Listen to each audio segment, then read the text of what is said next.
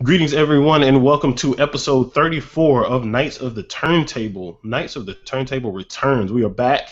The E3 takeover on the Koalition.com is over, and we are back to bringing y'all the definitive hip hop podcast. With me, I have Richard Bailey. What's up? Luis. What's up, guys? It's your boy Blue. Word, and we've got the ghost of the show, Mr. Gary Swavey. Yeah, what's up? Good to be back. And Ghost is a great name, by the way. And Richard knows why. Right. Uh-oh. We're going to have to talk about that. But glad to have Gary back on. We're kind of doing this on a random day, but with Gary, we have to do it midday in order to get him on to the show. So I wanted to get him on as we return.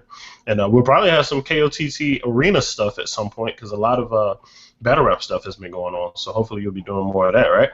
Oh, yeah, definitely. I definitely plan to do a lot more of that and be on more Knights of the Turntable shows in a couple weeks' time. So, yeah. Word up. But, we'll definitely be glad to have you. So with this 2 weeks that have passed, let's go ahead and discuss what everyone has been kind of doing as far as hip-hop goes. Have y'all been paying attention to a lot of hip-hop news? Are y'all aware of a lot of things that have been going on? Uh-oh, Rich laughing. What's wrong, man? What you laughing at? Oh, funny you mentioned news. Yeah, I have been paying attention to hip-hop news. Let me give my condolences to Puff Daddy for getting locked up. Yep, let's give our condolences to Puff Daddy, and I also want to give my condolences to DMX because he got arrested last night for not paying child support. Well, you know what? They probably got a nice little room set up for DMX with his name on it. Like, it's always ready for him to come back. So, but, do you know the additional details of the P. Diddy thing? Yeah, go ahead. It's pretty messed up. So like he gets like his kid goes to UCLA or whatever, and he apparently got into a scuffle with one of the athletic directors over there for their football team, I think. And that was the original news that we got. But I read an article that went into a little bit more detail that apparently the coach had been kind of picking on his son this entire time because of his upbringing and everything. Like, just go work for your dad. You don't need to be here at this school. The only reason you got into the school is because of your dad and blah, blah, blah, which is what led to the scuffle. No. Now, I also saw a picture of who he possibly fought, and P. Diddy should have picked another battle because that motherfucker, he looked like he was ready to take him out, man. Like, no, it wasn't a good look at all. Gary, what do you think 50 Cent will have to say about this? Uh-oh. Well, I think 50 was clowning him. Like, he had pictures of kettlebells and stuff on Instagram, like, during shots of Diddy and stuff. So he's always mocking Diddy. Beatdowns by Diddy. But what other news have y'all stayed informed on? What have y'all caught in the airwaves?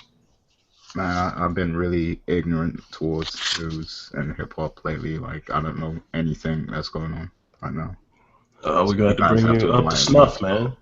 That's what we're here for, the definitive hip-hop podcast. We got to inform you. What about you, Blue? The one that I kind of got excited reading was the documentary 2. They released the production list. It's got Dr. Dre, Pharrell, Swiss Beats, Timbaland, DJ Premier, Alchemist. So I'm kind of excited for that for Game's new album. Yes, I kind of stay, ill-informed on most of that as far as his album goes. But I listened to a song he did with Drake today. It popped up. It's called 100, and it's pretty fire. Like, it's definitely single worthy and everything. So I'm looking forward to it. I really love the first documentary, and most Game albums I can listen when to it comes, at least time. Yeah. Let's say when it comes down to it, I mean, he hasn't released maybe 1 or 2 bad albums, decent albums, but all of them have been good to me. So yeah, I hope Gary ain't getting his feelings hurt because we're talking good about the Game. I actually like Game. I think he's a great rapper. Like, regardless of the beef with 50 and everything, I think he's a solid rapper. I didn't think you'd be able to say that because you're on the street team for 50, man. Damn. Yeah, well, I am my own man. I can have my own opinions too.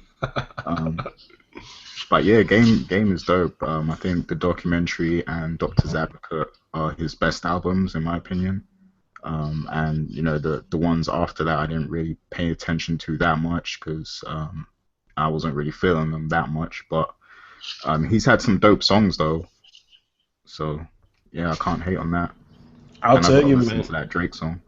Yeah, it's pretty good. I'll tell you though, you got to listen to Jesus Piece because I actually feel like that was one of his better albums too. Yeah, that was one of his better albums. Yeah, that one and Red, I think is what it was called. That had that opening Red track was with good. Kendrick. Yeah, with that Kendrick verse. Yeah, Kendrick snapped on that joint, but like that whole album is pretty dope too. So y'all definitely gonna have to check that out. A quick comment. Just to build off of what Luis said about documentaries, movies in general, I will highly recommend people go see that movie Dope.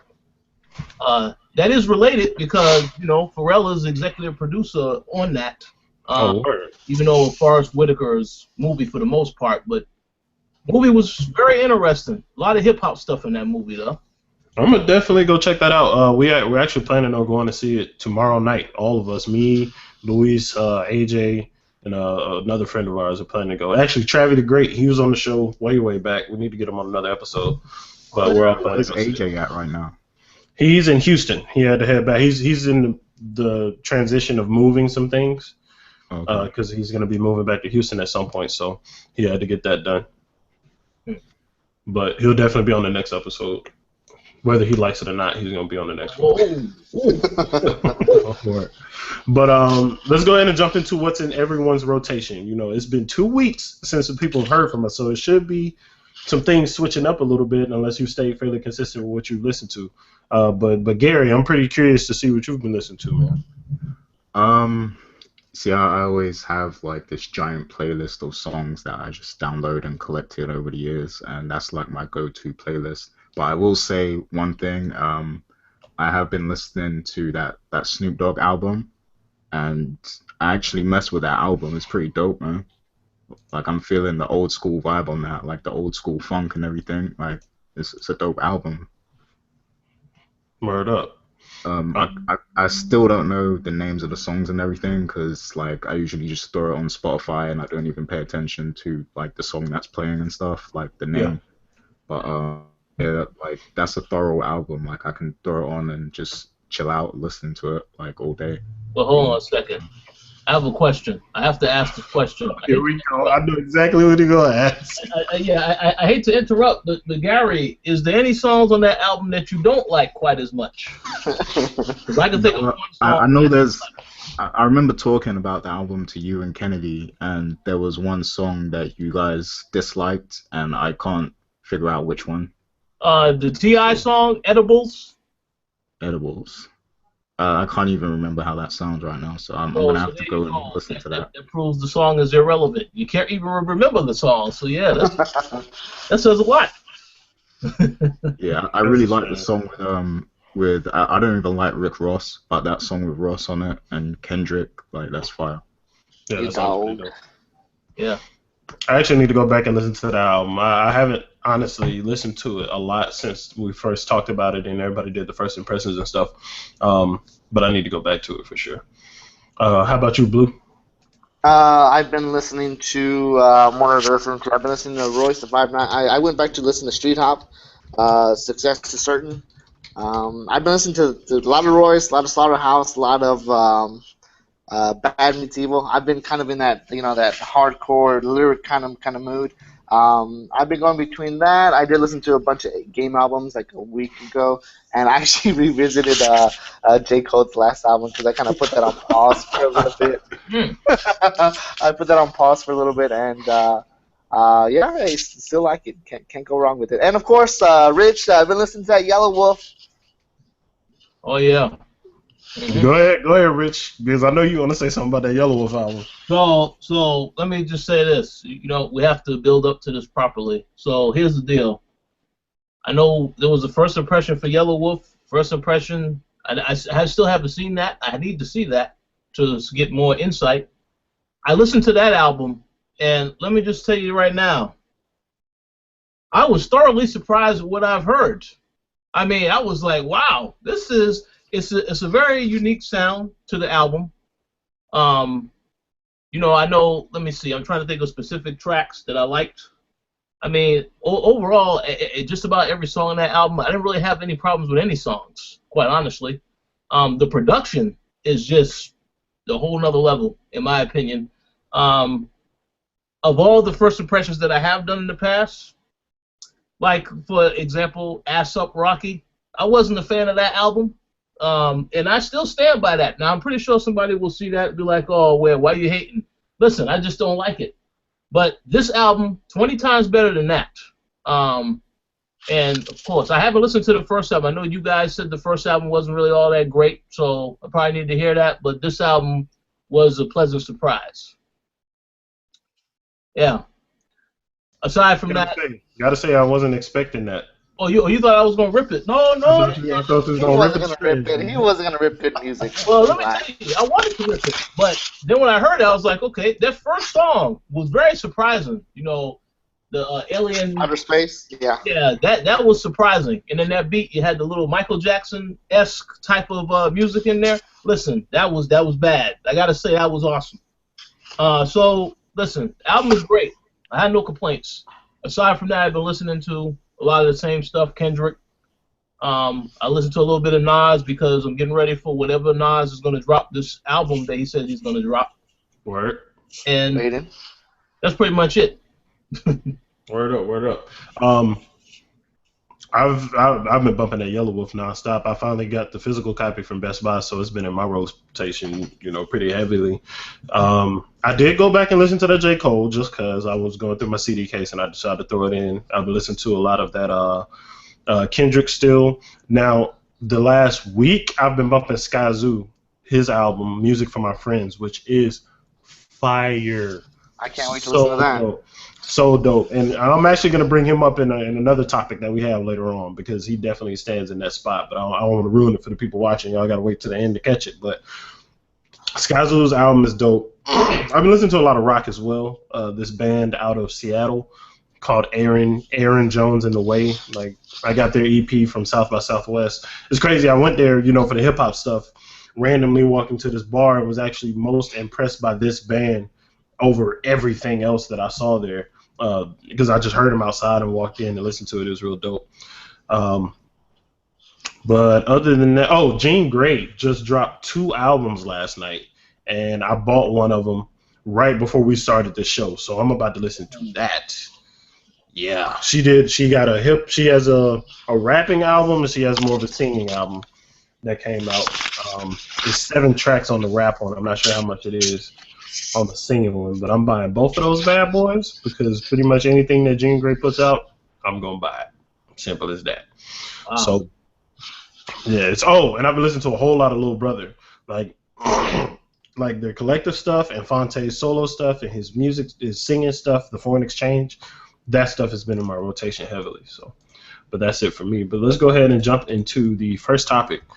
Y'all know we've given a lot of shit the title over the last couple months. And apparently things are fairly rocky over there. I think I saw something about one of the other CEOs possibly leaving. But this topic, we're going to talk about a new cloud player that is coming out for Android. And it'll probably come to iOS at some point. But to give you the basics on this, all of this, cloud storage and everything that everyone has access to now, like Google Drive and Dropbox, this cloud player is allowing you to use that space as your music library now. So it's not a purchase music thing. It's just take the music that you already have purchased and put it into this cloud, and you can play it on your device. Now, I haven't used it myself, so I don't know how seamless it is, but my understanding is that it works like any of the other streaming services where you have to connect to Wi-Fi. And if you have Google Play, then you're already familiar with this concept because it works in a similar way where you upload your own personal music on there, and then you can stream it as much as you want, which is what I use. I pay for Google Play's $10 a month thing, so I can get new music, but I can also upload my own music. So I put like a bunch of lesser-known people that don't get on there, mixtapes and stuff like that, and I just play it. But what do y'all think about this news? Do y'all use anything like this, or do you think that you will use anything like it? Well, I'm not an Android guy myself, and I'm just waiting for this Apple Music to drop on Tuesday. So I can't really say much about that. It sounds like a cool feature though, the fact that you can just drop in your own music and then. Because one of the conflicts I have with these streaming services is it's great for albums, but I've got a lot of like rare mixtapes, freestyles, and all that stuff that I like to listen to. So Yeah. like having one library where I can have everything, my stuff, my exclusive stuff, and the albums and everything that I want to listen to, that would be great. So yeah, if it manages that well, then sounds like a great program. Yeah, that's how I use Google Play. That's why I enjoy it more, because I tried Tidal for a while and went back to Google Play because I can upload those, more obscure mixtapes and stuff that you can't access any other place. But Blue, how do you feel about it? I'm excited for it. I was reading the article, and one of the biggest things that I have, yeah, and as we kind of mentioned with streaming, is that you don't see mixtapes, you don't see other lesser known songs that aren't the big songs. So you'll be able to upload that album, your stuff onto there. My biggest thing with streaming, which I don't like, is the quality of what streaming gives you. Especially when you have like better headphones, you normally don't get what you're used to hearing. So the fact that this can support FLAC, higher formats like FLAC, AIFF, I mean, I'm excited for it. So that way you can get a little bit better quality when you have those headphones that give you that quality. So yeah, but I'm curious, with you putting a FLAC file on there, like that's gonna eat up a lot of data. That's gonna eat up a lot of data. Your data is gonna be screwed, and I wonder if the legit FLAC data, the sound is going to actually come through that streaming service, because it's one thing to have the file, but I'm wondering if we're going to actually be able to hear that difference. We'll see. I got a couple albums in FLAC that I do not stream because they would destroy my data plan, so we'll have to see. Because if I'm not mistaken, Google Play can do some FLAC too. It might be a little touchy over there, but it does work. How about you, Richard Bailey?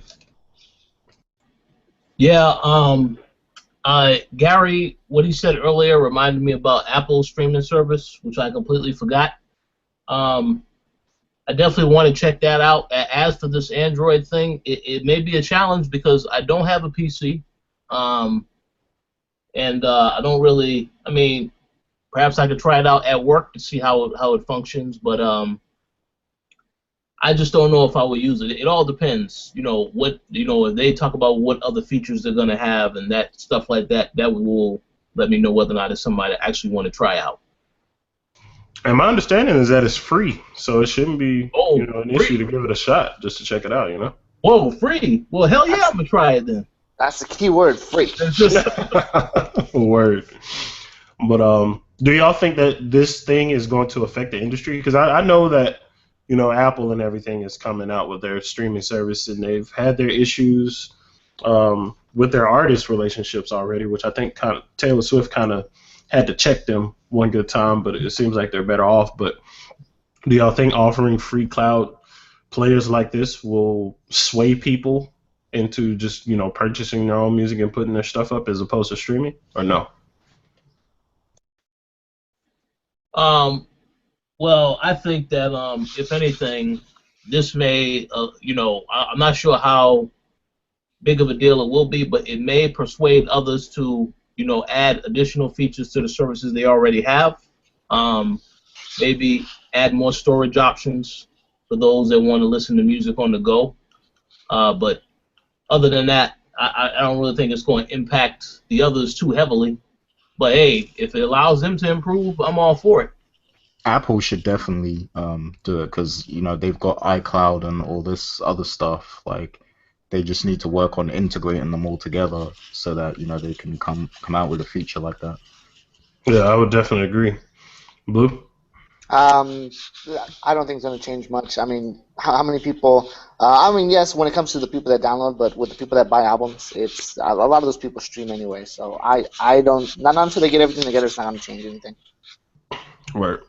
We'll definitely have to pay attention to see how some things go, especially with the iTunes drop happening. Gary will be able to give us perspective on that because I don't have an iOS phone myself, so I'm curious to see how it works and what the library is like. I'll be using that heavy over the next week, and I'll come back and report to you. Word up. But let's go ahead and jump into the next topic. Joey Badass, who dropped one of the better albums of the year, probably around I think like February, something like that. Has dropped a new single with the DJ Premier produced Paper Trails. One of my favorite songs off of the album. I was very glad to see that it got a music video. The video itself isn't necessarily focused on a particular topic like his other ones were. The last one's kind of touched a lot on the social climate as it is right now, because he had one where he was, it was like a black guy, and it was actually, I think, two guys encountered over a woman and one with the police. I don't know. I can't remember. I got to watch them again. But let's go ahead. And Rich, I know that you enjoyed that album as well. So what were your thoughts on this particular music video and the song? Well, this is funny timing because I actually just finished watching the video.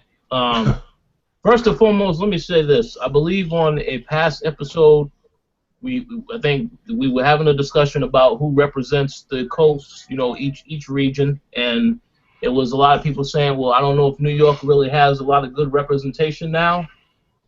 They completely slept on this guy, because this guy here is pretty big deal. I know Nas is down in New York. We ain't heard his new album yet. But for now, I would have to say this guy definitely is somebody who should not be slept on. I thought that, I like some of the other videos he did prior to this one, the ones that you mentioned. This one is good too. Again, everything is taking place in New York. So I mean, it shows me that he is staying true to where he came from. Trying to basically talk about a few of the struggles, like the song is talking about, the struggles we go through with, chasing that money. And that's why I thought he pretty much everything is good about it. Stay true to the subject matter, and solid song and video is pretty good. Not as good as the other ones, but still good in my opinion.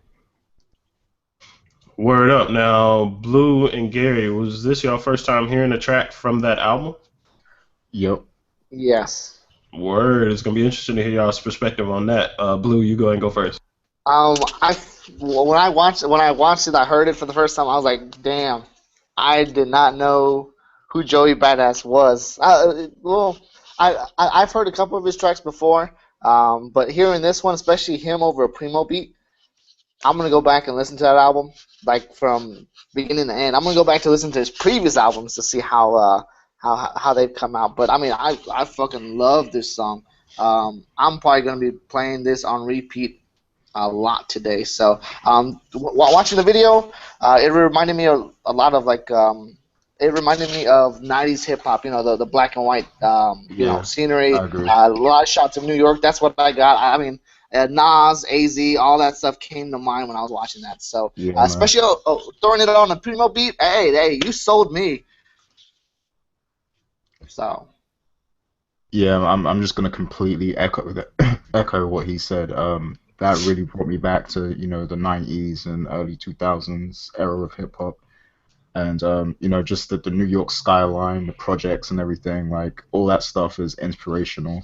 And with the Primo beat and everything, like that, I love Primo beats. Like that guy's a legend.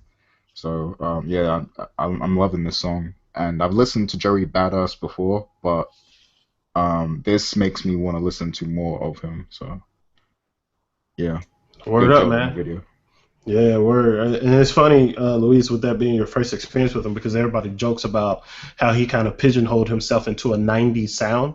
So it's funny that you said that it reminded you of the 90s, which I don't think it's a problem at all. Because, yeah. Go ahead. I was gonna say it's not a problem because your boy Blue loves that 90s hip hop, that New York 90s hip hop. Word Yo, up. I'm all the way with you, man. Like a lot of the new stuff I can't really get with. Like I'm a throwback type dude. I listen to all the old stuff these days. Just a quick thing for Blue though. Just remember, J. Cole is not from New York. Okay. Establish that. Hey, you know what? I tweeted about it. I don't know if you caught it, but I noticed. I didn't notice it before, but when I listened to the album again, he called himself the dopest thing in New York. He I was like, what the hell? Was that the song with 50 Cent on it? No. Nope. Because I remember that song, but he didn't say anything about repping New York. Basically, he was kind of like idolizing it. But on this song, I think it was like the second song of the album, he said that he is the dopest thing out of New York, and I was like, what the hell? Like J. Cole really stuck on that right now. Like he need to slide his ass back down to North Carolina and calm down. Hey, the only thing we need is J. Cole on a primo beat, and we're good. I mean, that's all I ask. There's some artists that aren't from. There's some artists that aren't from New York that really embody the sound though. Like they really have the sound of New York. Yeah, that's true. But shoot, you ask some people, New York doesn't even have a sound now. But I would say that Joey Badass is that sound, as well as another artist we'll be talking about a little bit later on. But the Raekwon's not that sound, I'll tell you that. Whoa. Raekwon, hey, that last album, Raekwon, maybe his previous albums, but not the recent. Yeah, I agree with that.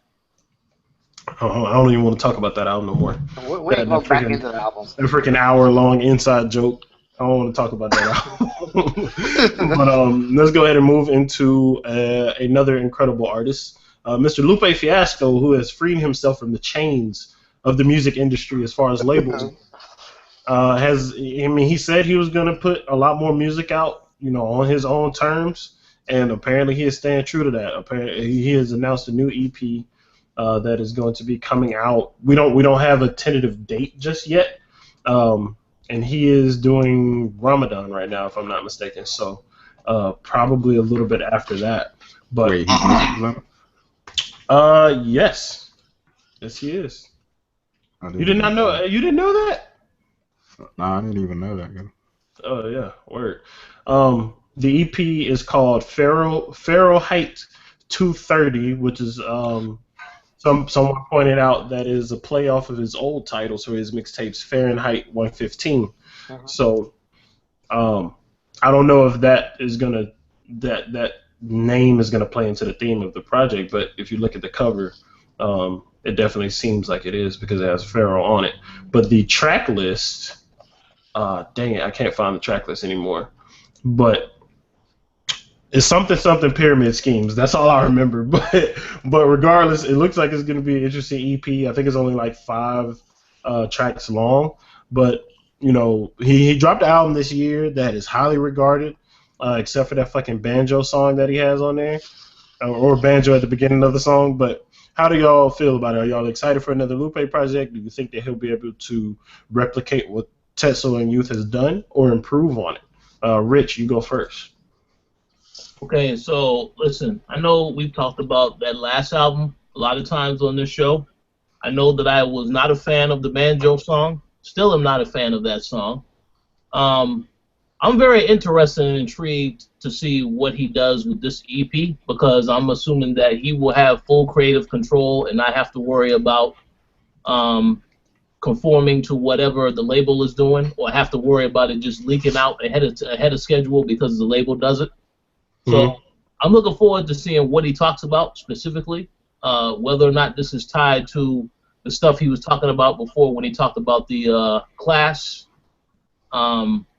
So, yeah, I think it'll be very interesting. Gotcha. Yeah, that is a good point. Having that full creative control, we'll see what Lupe feels that he wants to put out there, what he is comfortable with doing, what he desires to put into the music is going to be interesting to hear. How about you, Gary? Yeah, I mean, I'm not really a Lupe fan. I recognize that he's talented and everything, but I'm just like never in the mood to listen to a Lupe song, unfortunately. But he's got a big fan base, and I think that it's great that he's independent now. And, he can do his own thing and put out his own music without any influence from record labels or corporations or anything like that. So I think this is definitely the best move for him. And EPs are always, they're small, digestible, and easy to consume. So I think that's great for Lupe Fiasco because, like, if you tell me that there's like a 15-track Lupe Fiasco album, like, I'm just not gonna listen to it because that's like that's fucked up. That's too that's too much Lupe for me. So. You know what? I have to agree with you in a sense because his albums are not easily digestible at all. I still haven't fully understood Tetsuo and Youth. Like I listen to it and I hear something new every time, and that's how I listen to old Lupe. It's the same way I listen to something the first album and I still catch new things because his wordplay is so sick and like just the the layers of his lyricism are incredible. But I agree with you. 5-track EP, that may be the best way for us to experience Lupe, especially since he has creative control. We know that he's not going to dumb down a single fucking thing. So maybe they need to get ready to start doing classes on these 5-track EPs because he's probably going to drop EPs every few months, which I have no problem with that at all. And that class thing that we had posted on the site may be involved in some way, where he's kind of tutoring other artists and everything. So it's going to be interesting to see. But how about you, Blue? I'm going to go ahead and echo what he just said, because I was actually going to bring that up, is that that last album that Lupe brought with that track list, I was like, I feel like I'm studying for a final right now. So Lupe should just bring nothing but EPs, and I'd be fine with it. I mean, like little mini albums. Makes it a little bit easy to digest, and believe it or not, I actually think his older music was easier to digest album-wise. But when it comes to, I mean, it just depends on the feel that it has, whether it's a album feel or like a mixtape feel. For example, one of my favorite Lupe mixtapes was Enemy of the State. That shit was so dope. I was able to listen to that from beginning to end and enjoy it. I mean, I had that on repeat for weeks at that point. So I'm excited. Like I said, 5-6 songs. That's all we need, Lupe. Just give us 5-6 songs every 6 months, and I'm good. Yeah, Rappity Rap Lupe was at his best on the Enemy of the State, man. He was just going in, basically demanding that he needed to be considered one of the top artists in hip hop, and he definitely delivered on that mixtape for sure. Especially when especially when he went over that Popular Demand beat, I was like, okay, I'm done. I'm done at this point. Take my money, son. But a lot of people didn't like Friend of the People, but I did because it was very different. But it was still Lupe in my fandom of him, I guess. Even though I have the issues with lasers. I actually wish B Will was on the show right now so he could talk about his issues, and we'll have to get his opinion next time on the Lupe EP. But let's go ahead and jump into the final topic, my brothers. I hope y'all have had enough time to think about it and figure out who your answer is going to be. But in this day and age where so much hip-hop can be swept under the rug with so many artists putting out EPs, mixtapes, and albums all over the place by different mediums, it's easy for a lot of people to basically get lost in the shuffle and not get enough shine, even though they're doing some pretty dope music behind the scenes. So, a lot of us on the show kind of stay away from mainstream heavily or predominantly because we listen to a lot of things and we talk to each other about stuff and listen to different things based on what everybody has heard. And I just wanted to discuss some artists that we feel don't get enough shine in the limelight or don't get enough respect when it comes to like the mainstream level. So I'll go first, and so I can give y'all some time to completely think about your answers and everything. But one of mine is an artist that I mentioned at the beginning, Skyzoo from New York, from Brooklyn, if I'm not mistaken. Skyzoo has been around for a long time, and the first instance that I had with him was actually him losing to one of my favorite battle rappers at that time on 106 in Park's Freestyle Fridays. He went against Jin, the Asian dude that won on there and got signed to freaking Rough Riders. Skyzoo was on there, and Skyzoo actually was winning for a few weeks and then ran into Jin and lost, and that was a wrap. But and I kind of lost track of him then, but my listening to Little Brother, which that's a group out of the Carolinas, super dope hip hop group. They actually mess with Skyzoo a lot, so I got back into him and just listening to him. He's been one of the most consistent hip hop artists for a long time, especially when it comes to New York hip hop. He has the sound still. He has the production on his side, and like lyrically, dude is potent as hell. And again, very, very consistent. So I would say I actually called Skyzoo the King of New York yesterday, which I know a lot of people might trip about that, but I feel like there has been no one doing it consistently for his city and doing it so well as him. So Skyzoo's my answer. And y'all gotta listen to music from our friends. You gotta listen to Live from the Tape Deck, the Corner Store Theory. It's so much. He's got a lot of music out there. But Blue, you raised your hand. What's up?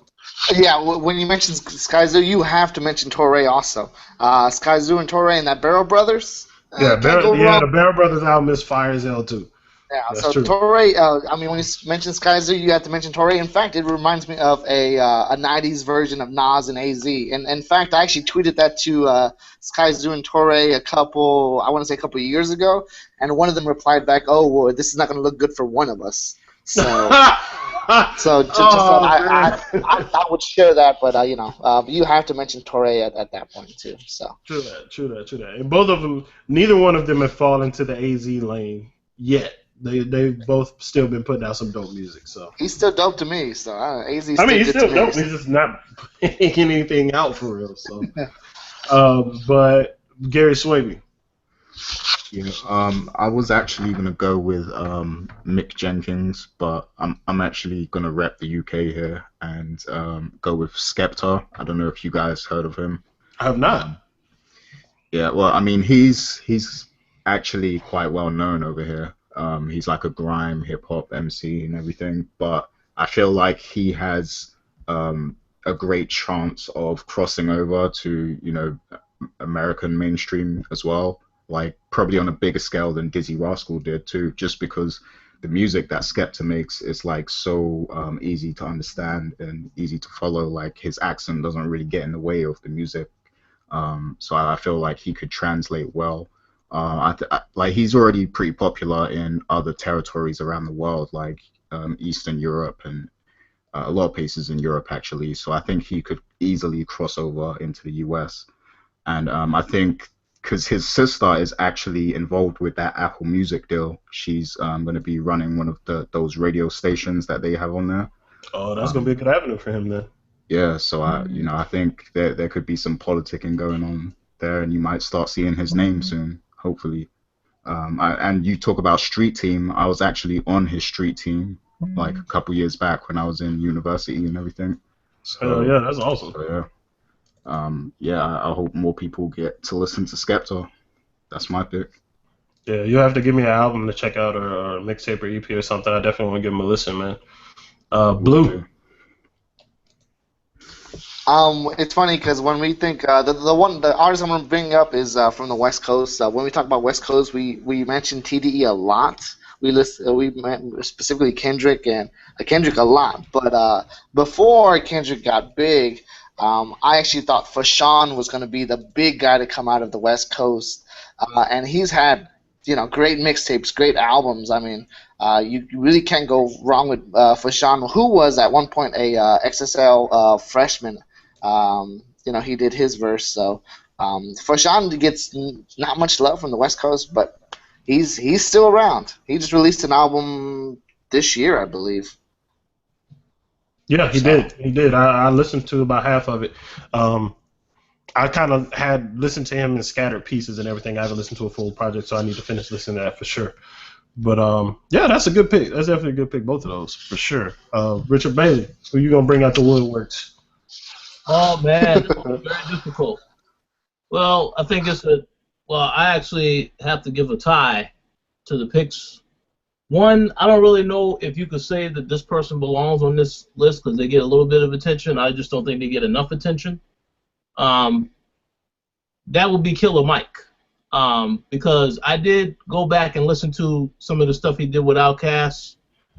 Snapping and Trapping, I love that song. And of course the whole world, all the stuff that he was on was great. I know he's been out there. I haven't listened to Run the Jewels yet. I need to listen to that. Ooh, boy. That's why I said I don't know if he is somebody that should necessarily be mentioned in this, but I do think he deserves a lot more credit and attention that he's not necessarily getting right now. I definitely respect that. Didn't expect that. And I also got one other one. Another song I went back and listened to because I heard it mentioned so much time on this podcast was Money Trees. What's up with your boy J-Rock? Now, all right. So you listen to Money Trees. Did you listen to Money Trees 2? Yes. That's just fire. Yes, yes it is. Yes it is. So the question I asked is, what's going on with J-Rock?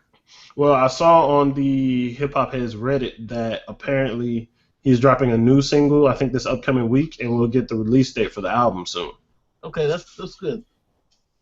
I'm definitely looking forward to that. It's been well overdue, and they keep missing windows for his release. Yeah, like, they do. seriously, man had a track on a commercial for a while. You know, had the Money Trees Deuce. He had another track that actually did pretty well, and like they just keep falling off. But yeah, Skepta, Fashawn, Killer Mike, J-Rock, and Skyzoo. That's the list. So everybody that's watching the show, y'all gonna have to go and listen to these particular artists. Hit us in the comments. Let us know what you think about these people. Let us know if you've already been listening to them, or if you're gonna give them a shot and what you think. And we're actually I'm gonna try to get the people that weren't on today, get their answers as well, and throw it up in the post. So I don't even know what day of the week we're gonna throw this up, but I'm gonna try to get some more insight and get a list of people. But and by the way, with Skepta, you're like, make sure you come to me for recommendations for his songs, because he has a lot of commercial baiting songs, like songs where he's trying to appeal to the mainstream audience and everything. Like, you know those songs where they're trying so hard to be played on the radio? Like, he has Raekwon knows. Raekwon knows. shots fired. Yeah, Raekwon.